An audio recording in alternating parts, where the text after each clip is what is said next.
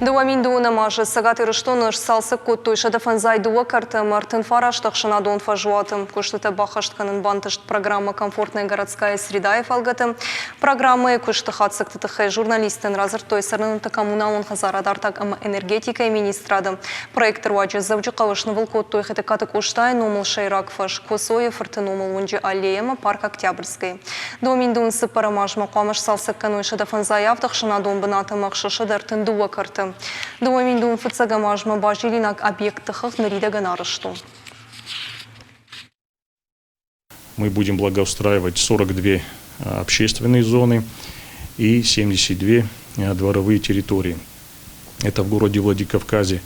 Мы будем благоустраивать совместно с городом, с администрацией города Владикавказа аллею, которая расположена на улице Титова. Это от заправки «Роснефть» до улицы Маркуса. Кроме того, будет благоустроена площадь фонтанов на улице Морских пехотинцев.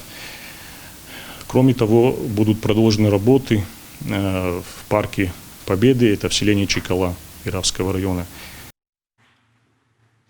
Программа Элбакушинан проект онгахатта домантам гашкарыштышты вина умыш эсэш дарын с архитектурой комитеты специалисты. Ведомство Кутфабаракуту и автомей раждарима барге проект онгахатта харшкадзинат жингафахождар.